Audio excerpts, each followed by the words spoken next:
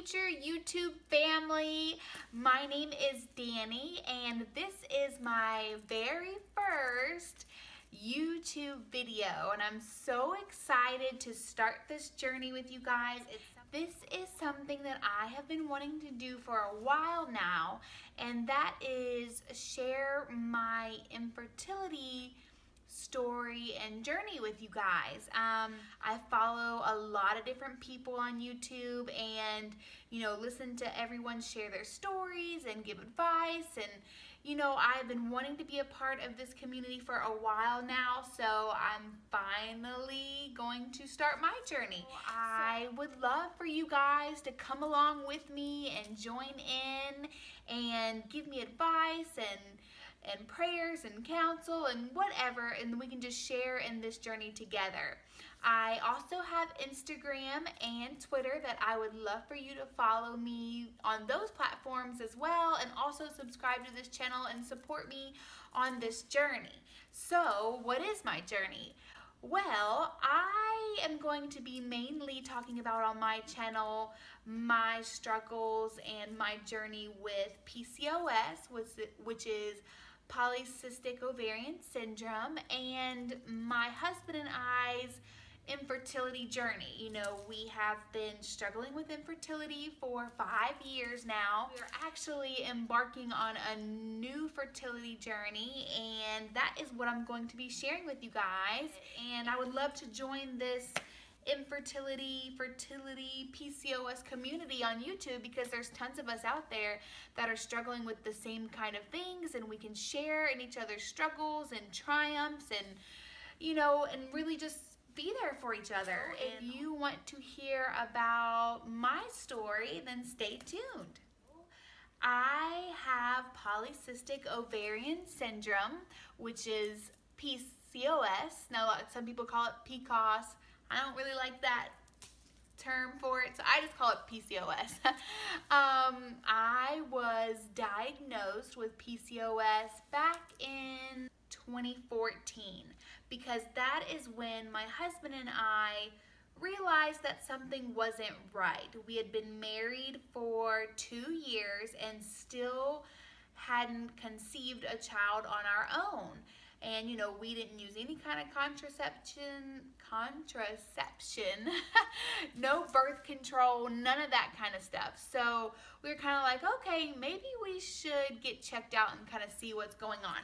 So we went to a fertility specialist back in 2014, and he ran all kind of blood tests. Basically, through all that, he diagnosed me with PCOS. And honestly, guys, when I got that diagnosis, it answered so many questions for me that everything really started to click into place. Like, it started to make sense to me why I had irregular periods, why I never felt like I had ovulated. Like, a lot of women say that when they're ovulating, they have little cramps, and, why I had obviously not gotten pregnant the past 2 years, and some of my weight issues, my fluctuating weight. I mean, the list goes on and on and on. I even have experienced some hair loss with, over the past few years. And everything just started to click into place, because all of those symptoms line up perfectly with PCOS. And based on my research and talking to my doctors, I have type A PCOS, because there's 4 different types. It's manageable. And when I started the fertility treatments back in 2014, I tried to make some lifestyle changes to compensate for my PCOS, to try to up my chances of getting pregnant.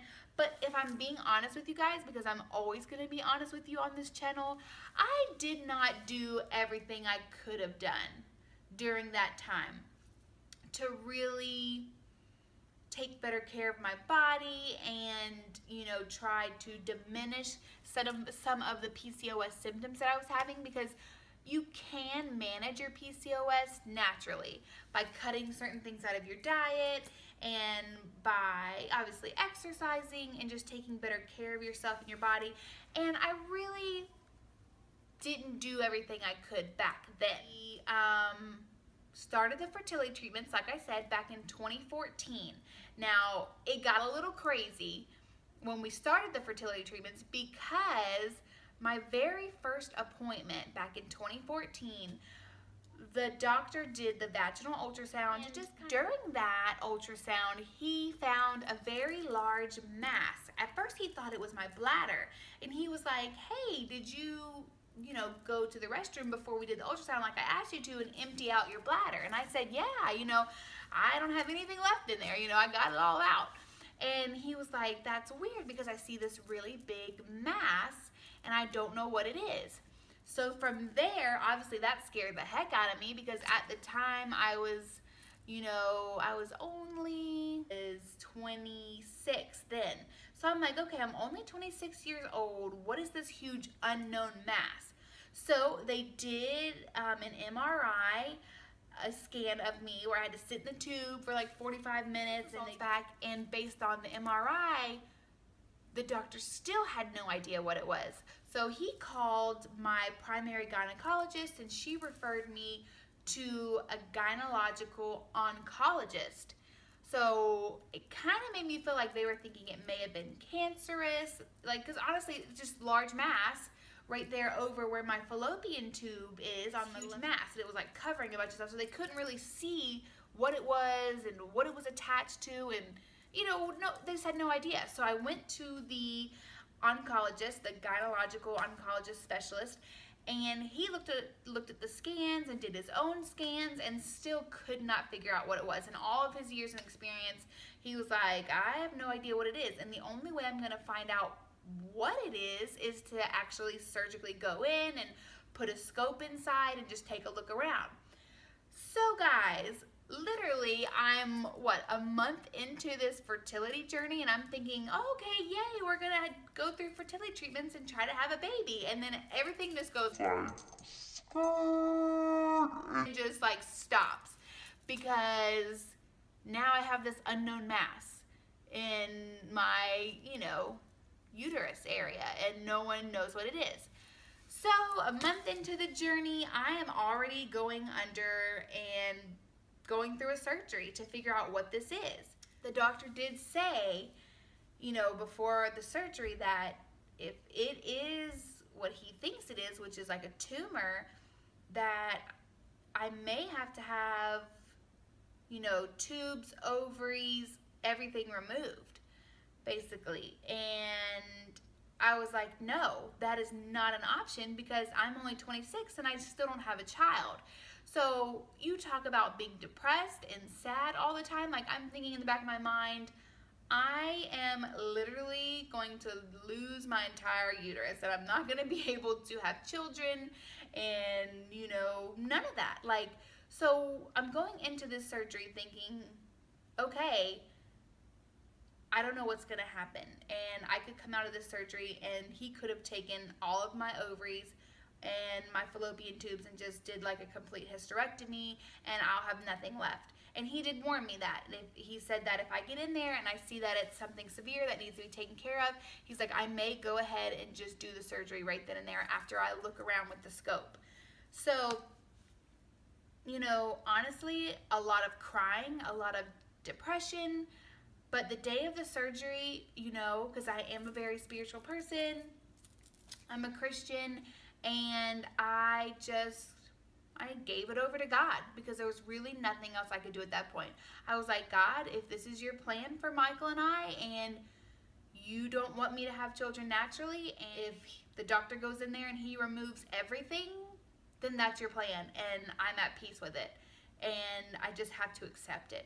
And honestly, guys, the day of the surgery, and right before I went in, I said that last prayer, I'm handing myself over to you and I accept what you want to do. And guys, not to get emotional on you, day one, but I had the most overwhelming peace come over me. God was like, okay, you trust me, I got you. We're gonna do this. So yeah, so that was scary, but I wake up from the surgery and I have a lot of pain down my abdomen area and my uterus area. And I'm thinking to myself, okay, he definitely took something out. I don't know what he took out, but he took something out. But after I finally had come to after the surgery, my husband was in the back of the recovery room with me. And so basically what had happened was the doctor went in with the scope and saw what it was, and guys, all it was my left fallopian tube was basically filled with fluid. And it was about this big. It was a large amount of fluid, and it's caused by trauma. And the doctor had said for my fallopian tube to have filled with that much liquid, I had to have had the trauma happen, he said 5 years ago. You know, up to 5 years ago, the trauma could have occurred, which caused the fallopian tube to start filling with the fluid. And it had just filled and filled and filled and stretched and stretched and stretched. And it was literally at the point where it was about to burst. And then I would have had fluid all inside my body and basically drained the fallopian tube and then removed my left fallopian tube because it was obviously damaged because it was completely stretched out from all the fluid. And I think I know what happened because I was young. I was, you know, in my early 20s, like 20, 21. And I was riding four-wheelers with a friend, you know, good old country girl. And I accidentally kind of wrecked the four-wheeler, but not completely wrecked it. And my friend was on the back. And when I had wrecked the four-wheeler and I hit like a big hole that I didn't know was there, my friend was on the back and the handlebars of the four-wheeler turned like this, and the handlebar on the left had jabbed into like where my fallopian tube would be, like in my uterus area. And then my friend hit me from behind and made the handlebars just slam that much harder into that area. So I'm almost positive that was the trauma that induced the fallopian tube damage, but no one had ever caught it over the past 5 years, and so it just continued to fill with fluid. So needless to say, guys, I left the surgery with both of my ovaries in one fallopian tube. You know, the other one had to be removed, but hey, I can still have children, I can still produce eggs, I can still carry a child. It wasn't cancer, you know, it wasn't a tumor. So I came out of the surgery okay, you know, and honestly, I have to give it to God because it was in His hands, and through it all, He looked after me.